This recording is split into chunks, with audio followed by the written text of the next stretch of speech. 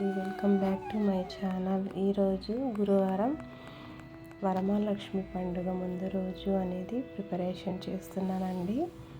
పండగకి ఏమేమి వంటలు చేశానో మీకు చూపించబోతున్నాను.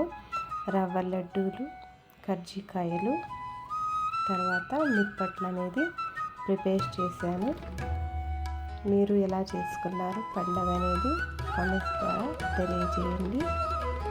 శ్రావణ మాసం అంటేనే పండుగలు, పూజలు, ప్రసాదాలు కదండి, చాలా బాగుంటాయి.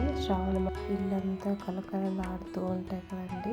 కజ్జికాయలు అయితే అయిపోయాయండి, ఇవన్నీ పక్కన పెట్టుకుంటున్నాను. ఎంతమంది ఉన్నా చాలదండి పండుగ టైంలో మాత్రం. ఇక్కడ పనులు అక్కడే ఉంటాయి, ఇంట్లో అంతా సర్దుకోవాలి, తర్వాత పూలు తెచ్చుకోవాలి, మార్కెట్కి వెళ్ళాలి, ఇంకా ఎన్ని పనులు అక్కడే ఉన్నాయండి. ఇవన్నీ అయిపోతే కొద్దిగా నిప్పట్లు అనేది చేస్తున్నానండి. ఇది అయిపోయిన తర్వాత మార్కెట్కి అనేది వెళ్ళి అన్ని అమ్మవారికి ఏమేమి కావాలో అవన్నీ తెచ్చుకుందాం అనేసి ఫస్ట్ పిండి వంటలు అయితే తయారు చేసేసి ఒక పక్కన పెట్టుకుందాం అనేసి ఫస్ట్ ఇలా చేస్తున్నానండి. నిప్పట్లు అయితే కొద్దిగా చేశాను, కొద్దిగా ఎత్తి పెట్టేశానండి. నిప్పట్లు చాలా బాగా వచ్చాయండి, ఎంత బాగున్నాయి, క్రిస్పీగా చాలా బాగున్నాయి, టేస్ట్ కూడా చాలా బాగా వచ్చాయి. తర్వాత అయితే చూసారా అండి ఎంత క్రౌడ్ ఉందో, మార్కెట్ అంతా ఫుల్ లేడీస్ ఎక్కువగా ఉండారండి. నిజంగా అంటే అందరూ కూడా చాలా బాగా చేస్తారండి. ఇక్కడ కర్ణాటకలో లక్ష్మిని చాలా బాగా కూర్చోబెడతారు, అందుకే ఎక్కడ చూసినా ఆడవాళ్ళే ఉన్నారు. పూలు కూడా కలర్గా చాలా బాగున్నాయండి. గాజులు, పూలు, పళ్ళు చూడడానికైతే 2 కళ్ళు చాలవండి, అంత బాగున్నాయి. ఒక పక్క అయితే వర్షము, ఒక పక్క అయితే జనాలు ఎక్కువగా ఉన్నారండి. ఇంకా పక్కనే బనశంకరి అమ్మవారి గుడి ఉంటుంది. ఇంకా అమ్మవారిని చూడకుండా ఎలా వెళ్తాం చెప్పండి.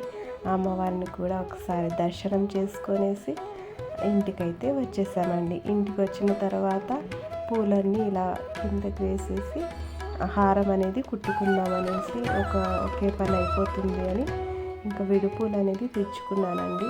ఇలా అన్నీ నేను పాప అయితే కుట్టుకున్నాము.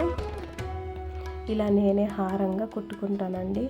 ఇంకా బయట అయితే కొనడానికి తక్కువే లేదండి, ఎక్కువ చెప్తున్నారు. అందుకోసమని విడిపూలు అనేది తెచ్చుకొనేసి ఇలా హారం అయితే కట్టుకున్నానండి.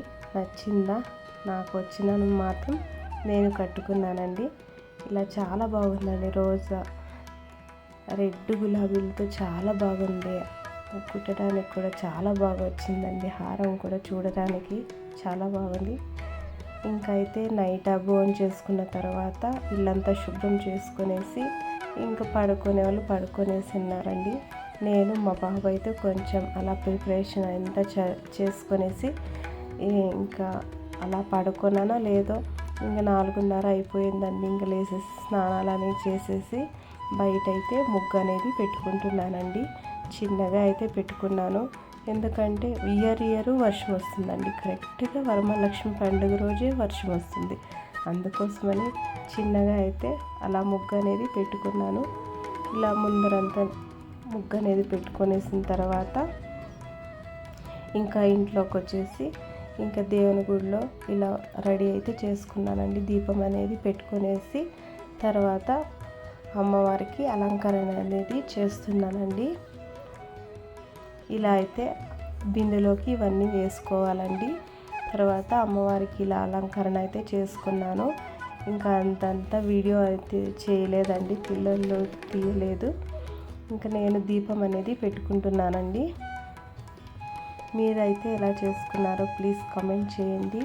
నేనైతే ఇయర్ ఇలా సింపుల్గానే చేసుకుంటానండి. మీకు కూడా ఈ వీడియో నచ్చినట్లయితే ప్లీజ్ ఒక లైక్ చేయండి.